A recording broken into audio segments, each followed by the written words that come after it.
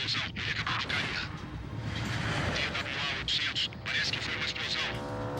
Caiu na água. Era o TWA-800.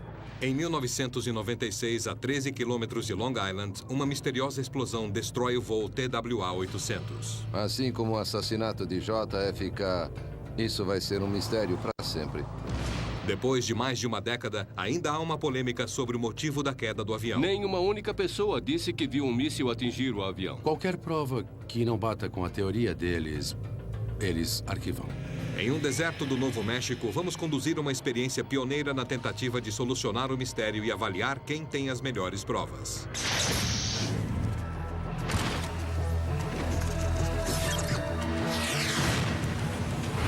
Prova infalível. TWA-800. Para muitos, a história do voo TWA-800 se tornou um mistério perturbador. Mas os fatos que levam a aquele momento fatídico estão claros. Em 17 de julho de 1996, no aeroporto JFK de Nova York, 230 pessoas, entre elas um clube francês de colegiais e um total de 35 funcionários da TWA, muitos em férias, entraram no avião com destino a Paris. Atrasos obrigaram o voo 800 a ficar na pista quente durante 2 horas e meia, com temperaturas atingindo 32 graus. Quando o sol baixou no horizonte, a torre autorizou o 747 a decolar. Às 20 horas e 31 minutos, quando o voo 800 ganhou altitude, uma série de explosões destruiu o avião.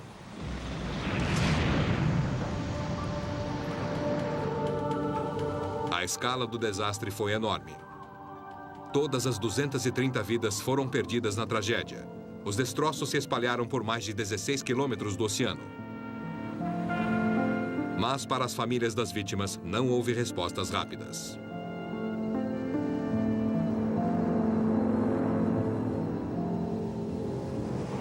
Donald Nybert perdeu a filha no acidente. Cheryl estava viajando com um grupo de 16 estudantes do colegial em uma viagem para a França. Ela era membro do clube francês e todo ano eles faziam uma viagem à França. Nossa cidade, Montreuxville, é uma pequena comunidade bem unida. Todo mundo da cidade conhecia pelo menos 1 ou 2 pessoas que morreram e isso foi um golpe duro. E como pai, eu preciso saber o que aconteceu. James Colstrom foi o investigador-chefe do FBI no caso. Quase que imediatamente ele viu que essa investigação seria diferente de qualquer outra de sua carreira de 25 anos. Obviamente foi um dos piores dias da minha vida, tentando entender o que aconteceu. A chefe das aeromoças no avião era a esposa de um grande amigo meu. E eu descobri isso 20 minutos depois do acidente. Ele era um agente que trabalhava no escritório do FBI em Nova York. E eu liguei para ele 20 minutos depois daquilo acontecer. E ele sabia que a esposa estava naquele avião. O membro aposentado do Conselho Nacional de Segurança dos Transportes, Vernon Gross, logo tornou-se um porta-voz para a mídia, tentando explicar o acidente. Mas o próprio Gross tinha mais perguntas do que respostas. Existem 3 possibilidades. A primeira é que o avião em si tenha tido uma falha mecânica. A segunda é que poderia haver uma bomba no compartimento de cargas. E a terceira é que ele pode ter sido atingido por fora por algum tipo de míssil. Em poucas horas, investigadores do governo se mobilizaram. Bem, quem realmente se envolveu foi o FBI, o Conselho de Segurança e, é claro, a Marinha Americana. No auge, cheguei a ter mais de 1000 agentes envolvidos no caso. Essa se tornou a maior e mais cara investigação de um acidente aéreo até então. E muita gente desconfiou que fosse crime. Terrorismo. Meu primeiro pensamento foi terrorismo. Não tinha nenhuma prova, nenhuma evidência, mas os 747s não explodem em imensas bolas de fogo. Estávamos em estado de alerta, estávamos a 1 semana das Olimpíadas de Atlanta, tínhamos várias ameaças contra nós como país. A primeira tarefa árdua foi recuperar os destroços e começar a montar todo o avião destruído em um hangar em Long Island. Quando o investigador do Conselho Nacional de Segurança dos Transportes, Robert Francis, chegou ao local, ficou claro que essa não seria uma investigação fácil. Eu acredito em provas concretas. Nós estávamos focados em reconstruir o avião, no sentido tradicional do Conselho, tentando entender o que poderia ter dado errado para causar esse tipo de explosão. quando mais de 1 milhão de peças dos destroços foram montadas, a principal teoria, a de terrorismo, passou para a de uma possível falha mecânica. E nós descartamos a possibilidade de qualquer aparelho, como um míssil, uma bomba, ou uma granada, ou coisa assim, porque não encontramos nenhuma evidência disso. As provas concretas. O Conselho de Segurança reconstruiu o avião na esperança de descobrir o lugar onde a explosão começara. A mídia, no entanto, estava obcecada com a possibilidade de um ataque de míssil. Eu discuti com o Pierre Salinger anteriormente. Ele tinha a ideia de que um míssil havia sido disparado e atingido o avião de frente. Eu sabia muito bem que isso era impossível, porque a cabine foi recuperada integralmente. Eu também descartei mísseis, porque a maioria deles é guiada pelo calor. Se o míssil de calor tivesse atingido um dos 4 motores, muitas chamas sairiam de lá. Nós sabemos que isso não aconteceu. Recuperamos os 4 motores inteiros. Você pode especular sobre um foguete ou um míssil, mas é pura bobagem. Com a árdua tarefa de reconstrução concluída, os investigadores acharam que as provas físicas apontavam para o tanque de combustível central. Tanque de combustível central. Em 2 meses, ficou óbvio que a explosão ocorrera no tanque de combustível central. E ninguém discordava disso, tanto no Conselho, no FBI, quanto os cientistas envolvidos. Nós sabíamos que era isso que havia explodido. O que nós não sabíamos era a causa. Após um ano de investigações, em 17 de novembro de 1997, o FBI e o Conselho de Segurança revelaram o veredito sobre o acidente do voo 800. Eles acreditavam que uma faísca no tanque de combustível central causara a explosão. Apesar do tanque estar quase vazio na hora com apenas 190 litros, a teoria do Conselho de Segurança era que o combustível havia evaporado durante a espera de 2 horas e meia do avião na pista quente. Depois, quando o avião ganhou altitude, uma única faísca inflamou os vapores.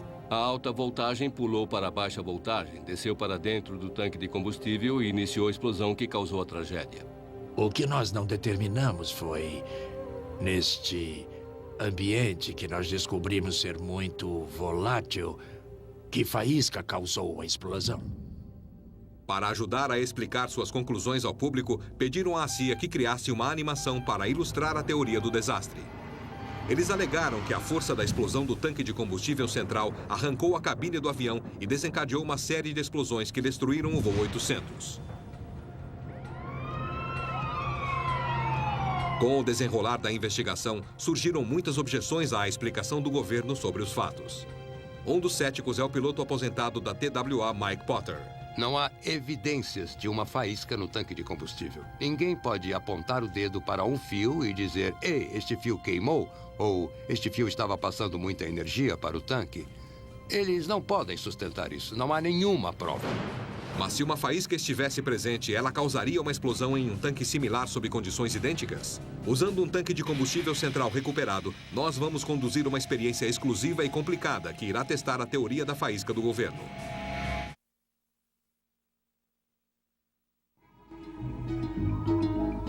Depois de um ano de investigações sobre a trágica explosão do voo TWA-800, o laudo oficial parece claro. Boa tarde a todos. A conclusão, uma única faísca dentro do tanque de combustível central vazio destruiu o 747 logo após a decolagem. Porém, mais de 10 anos depois, muitos ainda duvidam da explicação do governo.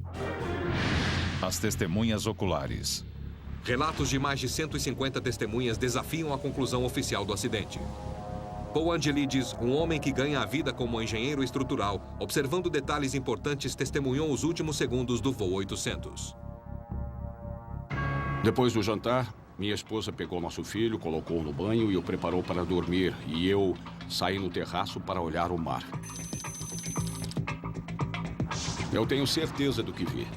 Quando abri a porta do terraço, eu vi em uma altitude bem grande no céu e parecia bem alto e perto da praia, um objeto vermelho fosforescente. E esse objeto começou a se distanciar no horizonte. E conforme o objeto se aproximou do horizonte, eu estava acompanhando, eu pude ver as luzes do avião.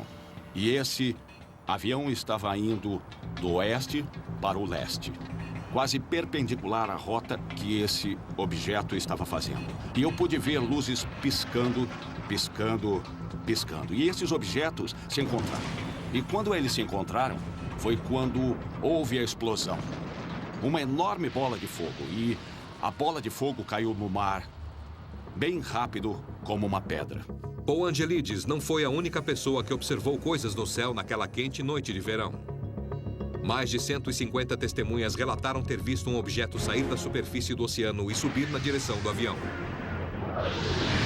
A prova do míssil. Muitas pessoas, inclusive o investigador independente do voo 800, o Dr. Tom Stalkup, acreditam que o objeto que se deslocou da água deve ter sido um míssil. Minha organização, assim como eu, acredita que há evidências incontestáveis de que um míssil causou o acidente. Esse acidente aconteceu perto de Long Island, perto de Hamptons. Para um investigador de acidentes, é ruim existir um monte de aeroportos na área. Tem o JFK, tem o de Newark, tem o Islip. E há muitas bases de radar. E as bases de radar, o que elas podem fazer é rastrear os aviões. E podem também rastrear, infelizmente, um avião em queda. O que nós temos aqui é basicamente a visão de satélite do acidente. Você está vendo de cima para baixo. Esses pontos azuis representam retornos do radar. Então, basicamente, essa é uma linha pontilhada de onde o avião passou quando caiu. As linhas vermelhas são o avião voando com a eletricidade ainda funcionando. Onde a linha vermelha para é onde a explosão inicial ocorreu. Aqui, você vê que o avião estava indo nessa direção, indo a Paris. Mas o que eu quero que preste atenção é aqui. Esta é a explosão inicial. Agora, esses pedaços de destroços que caíram nesta área saíram do avião a uma velocidade aparentemente supersônica. Bem, o que poderia ter causado isso? Não uma explosão do tanque central da asa. Uma explosão do tanque de combustível é uma explosão de baixa velocidade. Ela não tem energia nem velocidade para lançar as coisas para longe do avião. Partes dos destroços, ou basicamente a 400 ou 800 quilômetros, como os dados do radar mostram. É preciso uma coisa bem maior, muito maior, e uma explosão de velocidade mais alta, como uma bomba ou um míssil. Michael Potter foi piloto da TWA durante 20 anos. Ele teve grande interesse na investigação, mas ele rejeita a explicação do governo sobre o acidente. A queda do TWA foi causada por um elemento externo. Eu acho que foi um míssil disparado da água que subiu. Quem disparou o míssil reparou de repente que havia perdido o controle dele e o detonou. Infelizmente, foi muito perto do TWA e os danos colaterais foram uma imensa onda de pressão que abriu um buraco no avião e o fez cair. Em julho de 1997, um ano após o acidente, Vernon Gross foi a uma reunião especial onde pela primeira vez lhe apresentaram evidências específicas e o depoimento das testemunhas. Na reunião também estava um ex-piloto de helicóptero que serviu no Vietnã e sabia muito bem como identificar objetos explosivos. E ele viu com seu copiloto explosivos saindo do mar. E depois, quando eu soube que havia 153 testemunhas, num arco de 270 graus, na água, em terra e no ar, e mesmo assim o FBI e a CIA tentaram convencer todo mundo que 153 pessoas estavam vendo as coisas ao contrário, que viram explosivos descendo em vez de subindo, eu comecei a ficar bem desconfiado. Gross havia publicamente refutado o ataque de míssil nos primeiros estágios da investigação. As evidências não pareciam sustentar um ataque direto de míssil, mas havia outra possível explicação.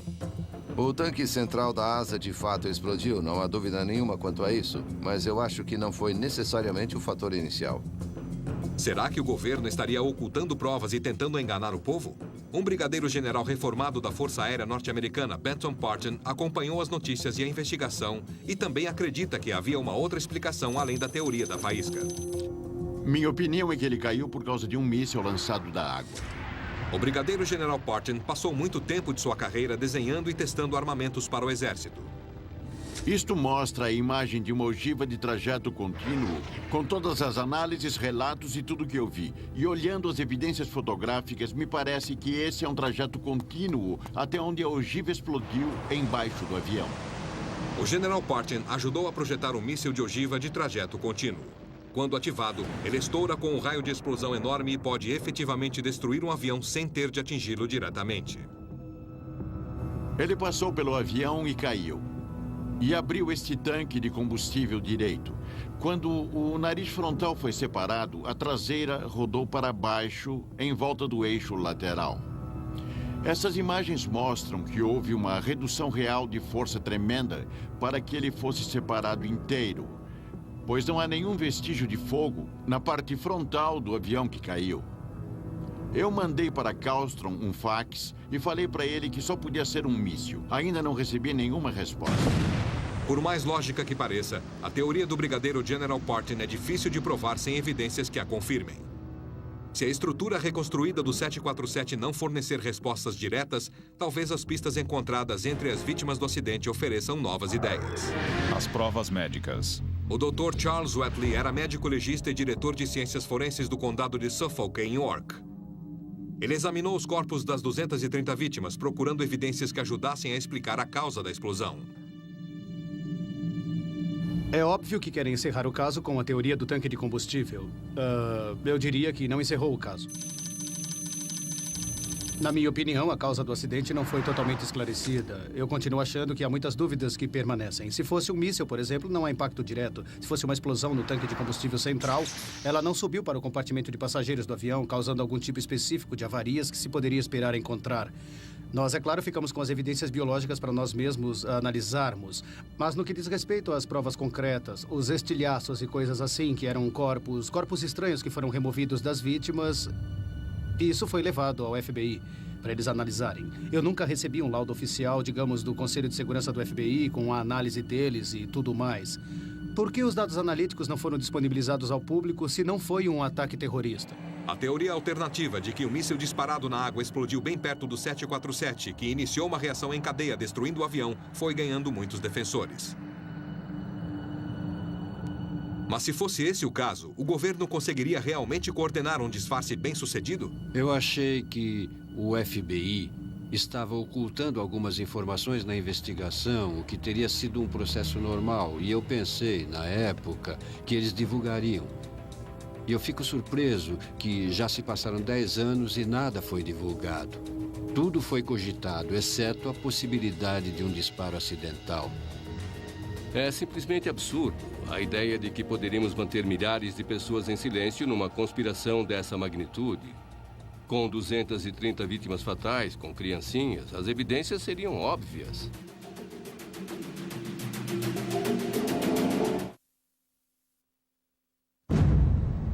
O FBI e o Conselho de Segurança alegam que uma faísca dentro do tanque de combustível central inflamou os vapores de combustível, transformando o voo TWA-800 em uma bola de fogo em 1996. Mas muitos acham que as provas que apontam para um ataque de míssil estão sendo ocultadas. Até a animação que o FBI e o Conselho de Segurança criaram para ajudar a explicar a sucessão de eventos foi colocada em dúvida. A animação. Parecia que eu estava vendo um grande comercial do governo sendo exibido em horário nobre em todas as grandes emissoras, ao vivo, naquela coletiva de imprensa do FBI. Nós tínhamos várias testemunhas que viram a mesma coisa. E o governo precisava explicar para elas, e não só para elas, mas convencer o povo americano. Com o FBI e o Conselho de Segurança liderando a investigação, e o fato de a silenciosa CIA ter criado a animação, só aumentou as suspeitas na cabeça de muita gente. Eu achei que era necessária, minha equipe também achou, principalmente para as famílias, para tentar, de um modo ilustrativo, explicar o que as testemunhas viram, ou a maioria das testemunhas viram. A animação do governo mostra o tanque central explodindo, lançando a cabine para a frente, desprendendo-a do avião. O 747 partido teve então um repentino ganho em altitude, subindo milhares de pés antes de entrar em parafuso e cair no oceano. E eles disseram que isso pode ter parecido um míssil atacando um avião. E eu também cismei com a declaração deles dizendo que nenhuma testemunha viu o avião e o risco separadamente. Isso é pura mentira. A CIA mentiu para o povo americano em 18 de novembro de 1997. Pensando agora, eu não devia ter pedido à CIA, mas eles tinham um laboratório, tinham os técnicos que poderiam fazer. Eu basicamente estava lhes incumbindo uma tarefa. Eles não tinham nada a ver com a investigação, além de, no começo, termos pedido que eles procurassem no mundo todo por algum dado que pudessem ter. O FBI identificou e conduziu entrevistas com centenas de testemunhas do acidente, mas seus depoimentos não foram incluídos no laudo final do caso. Muitos críticos acham que a animação era uma evasiva para que os depoimentos fossem desconsiderados. Nós tínhamos umas 250 testemunhas e nenhuma delas disse eu vi um míssil atingindo o avião. Ninguém disse isso, mas disseram que viram alguma coisa subindo no céu. E coisas realmente subiram pelo céu quando aquele avião explodiu. A grande maioria das testemunhas, bem mais de 50%, olhou para o céu 1 minuto depois da explosão ocorrer. Foi esse o tempo que o som demorou para chegar à praia de Long Island. Então, quando elas olharam para o céu, a catástrofe havia acontecido 1 minuto antes. A primeira coisa que reparei foi o objeto vermelho fosforescente bem alto no céu, sem barulho. Não ouvi nada até a bola de fogo sumir completamente. Eu vi isso tudo e só depois ouvi o barulho. Quando Paul Angelides viu a versão do acidente do governo, tentou pela segunda vez explicar o que havia visto ao FBI. O que eu observei não era um avião que explodiu por uma causa interna. Aí, eu liguei para o FBI. Consegui falar com um homem que atendeu o telefone e disse: então, quer mudar sua versão? E eu falei: não, só achei que eu estava vendo isso e acho que vocês estão totalmente errados. E talvez fosse bom mandar um perito falar comigo. E eles nunca me procuraram até hoje. Mas existem provas para confirmar o depoimento das testemunhas? O radar. Eu acho que seria bom saber por que o Conselho de Segurança continua insistindo que o avião subiu quando é óbvio que os dados do radar mostram que não subiu, ele desceu. Onde estão os fatos para confirmar essa hipótese? Todos os laudos divulgados mostram que ela não bate com os dados do radar. Obviamente, o radar foi que nos ajudou a achar os destroços no começo. Depois de ter os dados do radar, não fazia muita diferença. O importante era conseguir recuperar 98% do avião. Eu acredito em provas concretas. Mas os céticos se detiveram em outras evidências que apontavam para um ataque de míssil, não de terroristas, mas dos próprios americanos. Há provas de que a Marinha Americana estava usando as águas perto de Long Island para exercícios de treinamento na noite do acidente. Exercícios navais. Os laudos da Marinha que recebemos através da Lei da Liberdade de Informação não foram muito precisos, mas eles sabem que estavam conduzindo algum tipo de exercício militar na área. Sempre há navios militares no mar. Eles vão para lá e para cá, mas nós quisemos verificar todos. Algumas dessas coisas eram secretas por natureza, mas não havia nenhum navio militar na área que tivesse a capacidade de abater um avião. O Dr. Tom Stockup acredita que os primeiros pedaços dos destroços da explosão do voo 800 poderiam provar que foi um ataque de míssil americano. Mas as provas jamais foram enviadas ao Conselho de Segurança. O FBI adotou a política de ocultar evidências de aparência suspeita do Conselho de Segurança, ou pelo menos o hangar onde a reconstrução do avião estava sendo feita. Os destroços ficavam numa sala separada. Isso é simplesmente um despropósito. Que o FBI estava retirando coisas. Esse é o trabalho do FBI. Eles checam as coisas e mandam para o laboratório. Os agentes do FBI coletaram coisas nas quais os investigadores de campo queriam fazer mais análises. Algumas coisas foram levadas para Washington para uma melhor avaliação. Mas a ideia de que fomos desonestos ou que encobrimos as coisas é incabível. É isso que fazemos nas investigações. Nós buscamos a verdade. Onde estão as evidências? Onde foram parar? Quais foram os resultados dessas análises? Sabe, não há nenhum laudo do FBI mostrando esses resultados. O Conselho de Segurança nem fala nisso. Os resíduos de bomba. Com os próprios destroços sendo questionados, outra coisa foi descoberta. Entre as fileiras 15 e 25, o governo detectou explosivos nos destroços, vestígios de explosivos. PETN e RDX foram encontrados dentro do avião. Bem, isso é uma coisa que é usada em ogivas de mísseis e também em bombas. A evidência se tornou pública, apareceu no The New York Times, grande reportagem. Num dado momento da investigação, encontramos vestígios de explosivos no avião, PETN e RDX, que são componentes de explosivo plástico.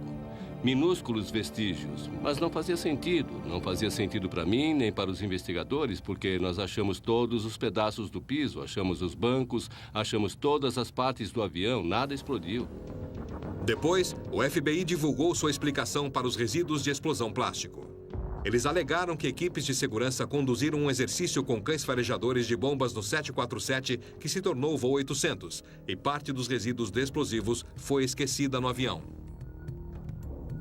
Com outras investigações, essa história ficou completamente desacreditada.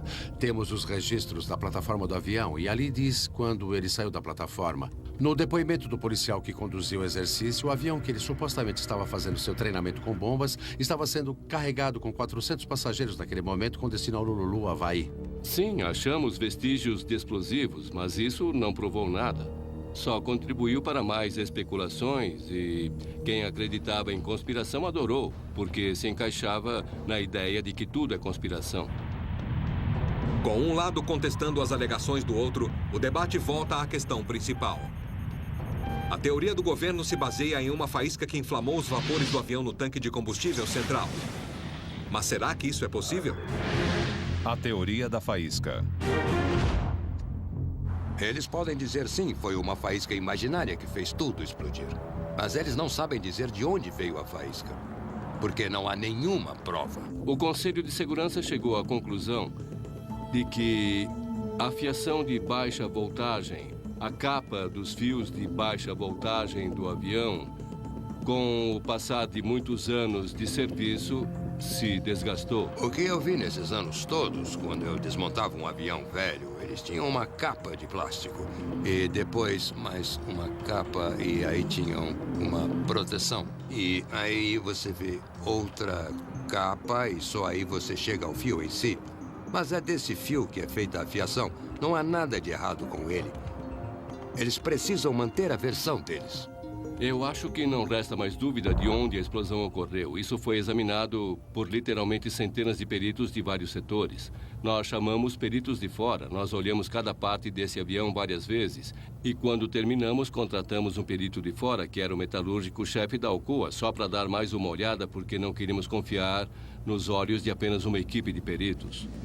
Na esperança de resolver a polêmica, Prova Infalível transportou um tanque de combustível central para um centro de teste de explosivos no Novo México. Aqui, nossos peritos vão tentar recriar a teoria da faísca do governo. A preparação é intensiva enquanto a equipe trabalha para reproduzir as condições de dentro do voo 800 da melhor forma possível.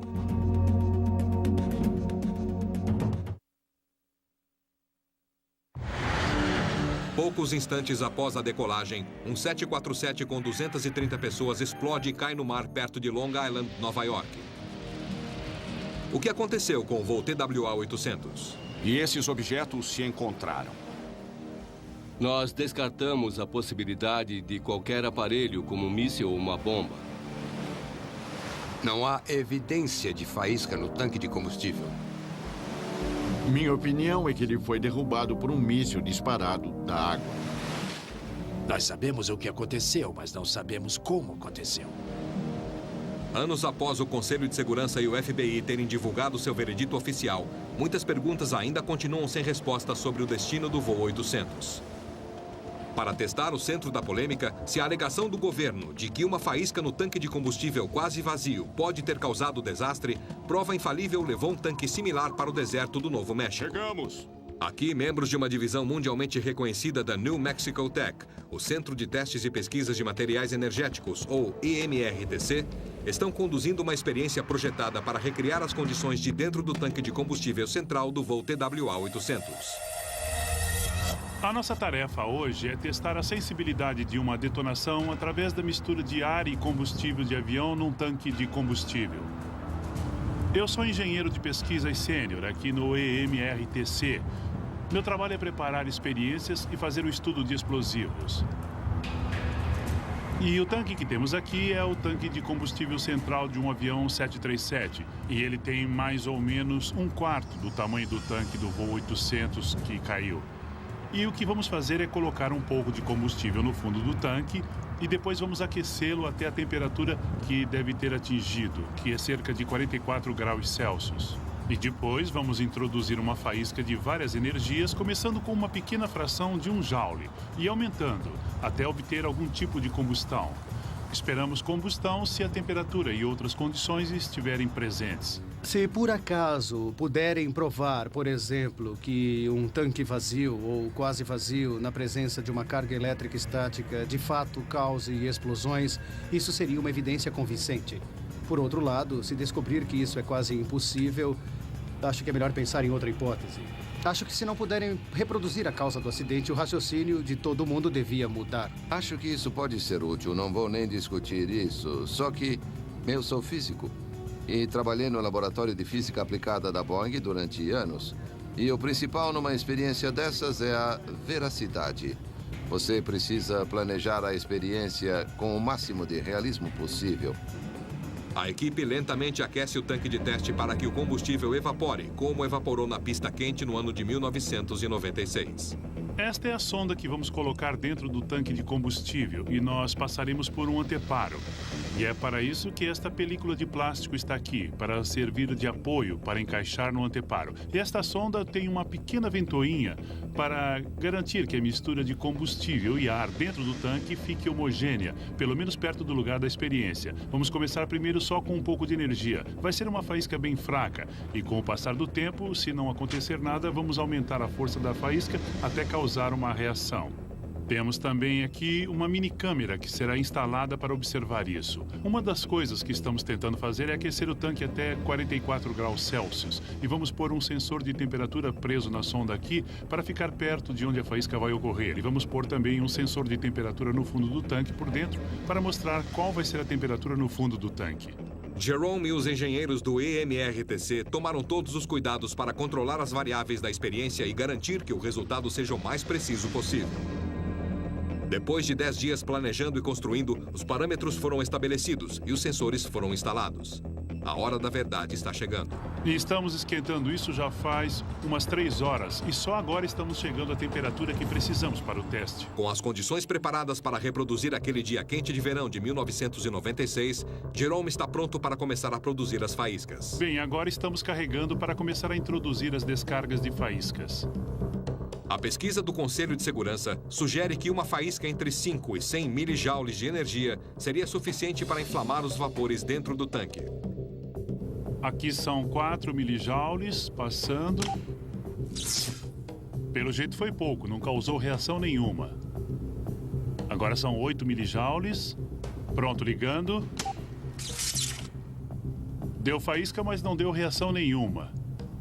Agora são 32 milijoules.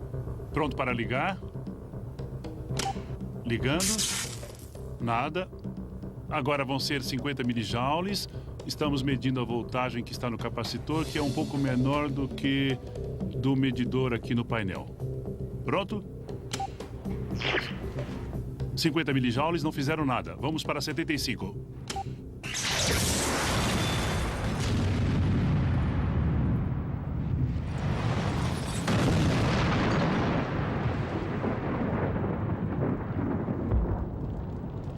75 milijoules, a quantia de energia que causou a explosão, é mais ou menos a mesma de uma faísca que geraríamos andando em um carpete e tocando em um objeto de metal. Agora sim, pessoal. Finalmente tivemos uma combustão bem forte, com 75 milijoules, e muita coisa voou pelos ares, talvez 30 metros. Então foi um teste tanto. Com a experiência concluída, o que resta agora é analisar as novas evidências e calcular seu impacto no caso do voo TWA-800. Será que essa análise mudará opiniões? Com base no misterioso evento que destruiu o voo TWA-800 em 1996, prova infalível veio aqui ao Novo México para conduzir uma experiência com um tanque de combustível. Depois de evaporar o combustível num tanque recuperado, começamos a introduzir faíscas. Começando com apenas 4 milijoules, fomos aumentando até 75, o que acabou inflamando o tanque. A força da explosão surpreendeu nossos técnicos do EMRTC. Sem dúvida alguma, uma explosão dessa magnitude num avião em voo seria simplesmente desastrosa e destruiria na hora o avião. O grande valor dessa experiência é que ela mostrou na prática e não na teoria quais são esses fenômenos e o que vimos se encaixou à previsão de que ele explodiria. Então, nesse sentido, agora nós temos novos dados para alguma coisa bem maior, uma possibilidade bem maior do que os investigadores puderam considerar até agora. 75 milijoules de energia geram uma faísca do mesmo tamanho que você receberia se tocasse numa maçaneta depois de andar num chão com carpete. Mas será que é possível uma faísca desse tamanho ocorrer dentro de um tanque de um 747? A faísca que usamos para essa explosão não foi com uma grande quantidade de energia, foi uma quantidade baixa em termos do que você normalmente veria em pequenas descargas estáticas de peças encostando umas nas outras e coisas assim. O que aprendemos com isso é que se você tiver um ambiente com uma variação média entre combustível, ar e a temperatura, e com essa combustibilidade, nós podemos inflamá-lo com uma quantidade relativamente baixa de energia. Essas eram as mesmas condições do tanque quando ele estava a 13 mil pés. Há muitas variáveis. É como qualquer experiência científica, há muitas incógnitas. 12,5 em 1000. Pronto? Quanto mais energia, menos provável que tenha acontecido. As novas evidências indicam que uma explosão num tanque de combustível pode ocorrer em condições semelhantes. Mas restam dúvidas sobre como a força da explosão teria afetado o voo 800.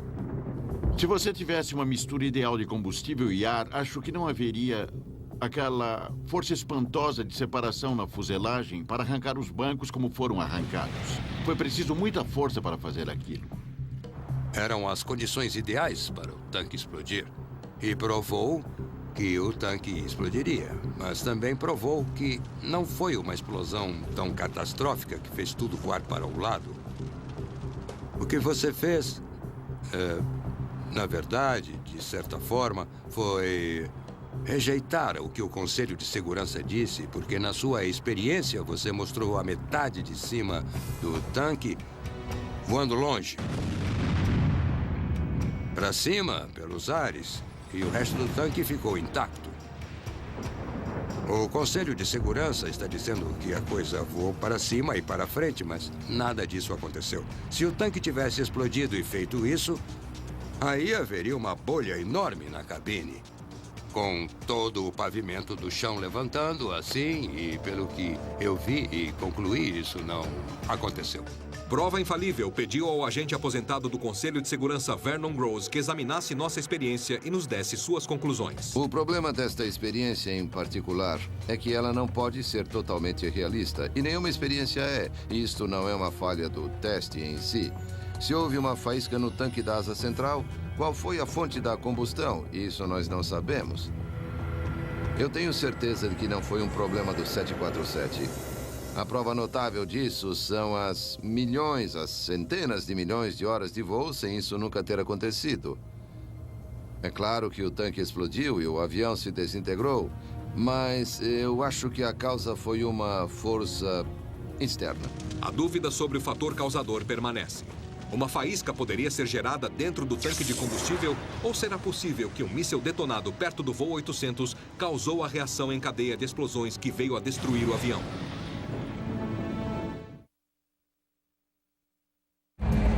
Enquanto voava pouco acima dos 13 mil pés em 17 de julho de 1996, uma explosão destruiu o voo TWA-800. A versão oficial dada pelo governo é que uma faísca no tanque de combustível central inflamou uma pequena quantidade de vapores de combustível e causou o acidente.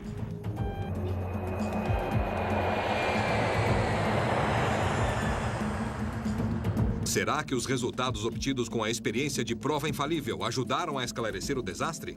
Eu não esperava que voassem pedaços pelo ar como voaram, e de um modo geral foi muito mais rápido do que eu esperava também. Foi uma grande lição ver tão pouca energia iniciar uma explosão de combustível e ar. Realmente não foi uma grande fonte de combustão. Apesar da experiência ter provado que a teoria do governo de uma única faísca ter destruído o avião é possível, aqueles que duvidam da explicação oficial acham que a natureza de uma explosão de um tanque de combustível não confere com o tamanho dos estragos dos destroços. Há também a falta de novos procedimentos de segurança. Se achavam que era falha mecânica, por que o Ministério da Aviação não tomou providências com outros 747s? Eles poderiam até ter mudado os procedimentos e, por exemplo, não permitir que voassem com pouco combustível, ou determinar que abastecessem apenas com combustível frio nos dias quentes. Demorou mais de 10 anos, mas novas medidas de segurança estão finalmente sendo consideradas. As linhas aéreas podem colocar gases inertes não explosivos nos tanques de combustível vazios para tentar proteger os aviões desse tipo de desastre no futuro. Acho que o gás inerte, o foco no meio ambiente e não só a fonte de combustão mudaram o modo como os novos aviões vão ser fabricados e certificados. Isso teve um impacto enorme. Acho que em 80% do funcionamento da TWA, ou talvez até mais que isso. Apesar desse desastre ter influenciado a segurança nas linhas aéreas, continua havendo dúvidas quanto à verdadeira causa do acidente. Eu acho que esse acidente vai ser exatamente como o assassinato de JFK. Vai ser um mistério para sempre. E haverá defensores dos dois lados. E poucas evidências, na verdade, para tornar o caso totalmente conclusivo. Eu vi os laudos do Conselho de Segurança. Mas as fotos que eu tenho do hangar, que mostram uma grande quantidade de informações, para mim confirmam o que aconteceu. Uma faísca num tanque vazio de combustível é uma coisa que simplesmente não acontece. A colisão foi testemunhada e os dados do radar confirmam isso. Então, não tenho dúvida nenhuma do que aconteceu e muita gente que vê as evidências logo concorda, porque está na cara. É um mistério sem solução. Todas as peças existem para provar o que aconteceu. É que alguns poderosos do alto escalão do Conselho de Segurança, do FBI e da CIA, não queriam que caísse no conhecimento público o porquê do avião ter caído. Se eles reabrissem o caso e examinassem as coisas mal explicadas, eles formulariam outra causa provável. Eu acho que a teoria certa, sem provas em contrário, foi que a alta voltagem pulou para a baixa voltagem, desceu para o tanque de combustível e fez explodir a mistura altamente volátil que havia evaporado quando o avião ficou parado na pista. A única explicação que bate com as evidências é um míssil. Alguma coisa saiu do mar com um rabo de fumaça que brilhava como um míssil. Explodiu como um míssil e o avião caiu. Pensar que Bill Clinton me mandou ficar de boca fechada, que a Marinha derrubou um avião, ou que nós sabíamos que era um ato terrorista, mas que por questões políticas não quisemos falar, é um absurdo. É simplesmente um absurdo. Foi obviamente um evento muito trágico para as pessoas naquele avião. Apesar de ter sido a 16 quilômetros de distância, podemos ver o desastre acontecendo no céu. Para mim, com certeza, muitas perguntas sem respostas, como por que minhas observações não batem com a explicação oficial do que aconteceu. Eu ainda preciso aceitar o que vi. Para os amigos e parentes dos envolvidos no acidente, é uma perda quase inimaginável. Eu perdi uma filha. Parte muito importante da nossa vida. E tudo que eu queria era verdade, desde a primeira semana. Foi isso que eu pedi. Mas, até agora, acho que não vi a verdade. Após mais de uma década, a conspiração permanece. Nunca houve um 747, nem antes nem depois, cujo tanque de combustível tenha explodido. Ninguém jamais assumiu a responsabilidade de ter disparado um míssil perto do voo 800. Nem a causa exata da faísca foi determinada.